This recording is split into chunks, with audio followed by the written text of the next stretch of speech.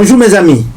Considérée longtemps comme une maladie de la petite enfance, la coqueluche peut être sévère à tout âge, notamment chez les nourrissons de moins de 6 mois, les femmes enceintes, les personnes âgées et les personnes immunodéprimées, s'ils ne sont pas vaccinés ou en cas d'absence de vaccination. Nous faisons cette émission suite à l'alerte de Santé publique France sur le retour de la coqueluche en Europe. En effet, on observe en France une forte augmentation du nombre de cas de coqueluche entre le mois de janvier et le mois de mai 2024. Plus de 5 854 cas de coqueluche ont été recensés par rapport à l'année dernière, où il n'y en avait que 495 cas, soit 11 fois de plus. Source Institut Pasteur. La coqueluche est une infection respiratoire très contagieuse. Selon Santé publique France, il y aurait 40 millions de cas de coqueluche dans le monde et plus de 3000 décès chaque année. La coqueluche est une maladie pulmonaire infectieuse très contagieuse favorisée par une bactérie appelée Bordetella pertussis. La coqueluche évolue ou revient de façon cyclique par épidémie, sans vraiment savoir pourquoi, tous les 3 à 5 ans. En d'autres termes, la coqueluche est une infection bactérienne de voie respiratoire très contagieuse qui provoque de quintes de toux qui, en l'absence de traitement, peuvent se prolonger pendant plusieurs semaines. Elle peut être grave, voire mortelle, en particulier chez les nourrissons de moins de 6 mois. La coqueluche est très contagieuse. On estime qu'une personne atteinte de coqueluche peut contaminer en moyenne 15 à 17 personnes au sein du milieu familial ou de la collectivité. Car la maladie se transmet de personne à personne. Dit autrement, la contamination se fait par voie aérienne, par contact de la personne malade, par des gouttelettes provenant du nez ou de la bouche émise lors de la toux ou par des postillons lors de la parole ou des éternuements. On note que dans le pays où les enfants sont correctement vaccinés, ce sont les adolescents ou les adultes qui contaminent les nourrissons, trop jeunes encore pour être vaccinés. Le diagnostic de la coqueluche est confirmé par les examens biologiques. Ici, il y a le test PCR avec un écouvillon que l'on met dans le nez comme dans le Covid, c'est-à-dire le prélèvement des sécrétions du nez et du pharynx, et une prise de sang NFS qui montre l'augmentation des nombres de lymphocytes, qui sont des variétés de globules blancs dans l'organisme.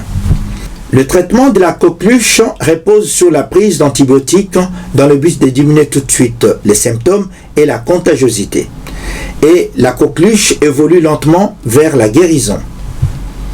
Toute toux qui persiste n'est pas une coqueluche. Les symptômes de la coqueluche se caractérisent par 3 phases. La première phase, c'est la période de latence, comprise entre la pénétration du microbe dans l'organisme et l'apparition des premiers symptômes. C'est ce qu'on appelle la période d'incubation. Aucun symptôme jusqu'à 7 jours, voire 3 semaines. Suivi d'un écoulement nasal, une rhinite, accompagné d'une toux légère, sans fièvre. C'est là que commence la contagiosité. La deuxième phase se caractérise par une toux insupportable, toux en continu qui empêche l'enfant de respirer correctement, qui dure plus de 7 jours, une toux qui s'aggrave la nuit. Chez les nourrissons, à force de tousser, ils finissent par vomir après le quinte de toux. Peuvent survenir aussi des apnées ou des accès de cyanose, la coloration bleuâtre de la peau. Et dans cette phase, la reprise inspiratoire est très difficile, avec la présence de bruits inspiratoires qui miment le chant du coq, d'où le terme coqueluche. En d'autres termes, quinte de toux, c'est-à-dire que le patient va tousser beaucoup sans pouvoir reprendre la respiration ou sa respiration. Et au moment où il va reprendre sa respiration, c'est une inspiration sifflante, bruyante, c'est-à-dire que le malade reprend sa respiration par une grande et longue inspiration accompagnée de l'émission d'un son aigu appelé chant du coq, d'où le terme de la coqueluche. Et enfin, la phase 3, c'est la convalescence, qui peut durer plusieurs semaines. Dans l'évolution et éventuelles complications de la coqueluche, on note que sans prise en charge médicale, cette maladie peut durer plusieurs mois. C'est la raison pour laquelle les Chinois l'ont surnommé la toux des 100 jours. En absence de traitement, le quinte de toux s'aggrave et dure 4 à 6 semaines. La toux régresse lentement pendant la phase des convalescences qui peut durer plusieurs semaines aussi. Et par rapport aux complications qui peuvent être très graves, notamment mortelles, chez les personnes fragiles, et surtout les nourrissons qui, à force de tousser, le bébé peut faire des pauses respiratoires avec hospitalisation, voire soins intensifs. On observe dans certains cas chez les nourrissons des pneumonies, des affections neurologiques, etc., voire le décès. Devant une toux qui dure plus de 15 jours, il est important de consulter votre médecin traitant.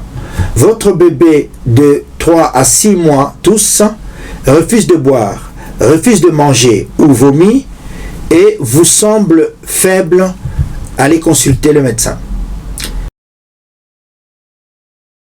La prévention de la coqueluche repose principalement sur la vaccination. Conseil, être à jour sur ces vaccins et de se soigner dès le premier symptôme en cas d'infection confirmée.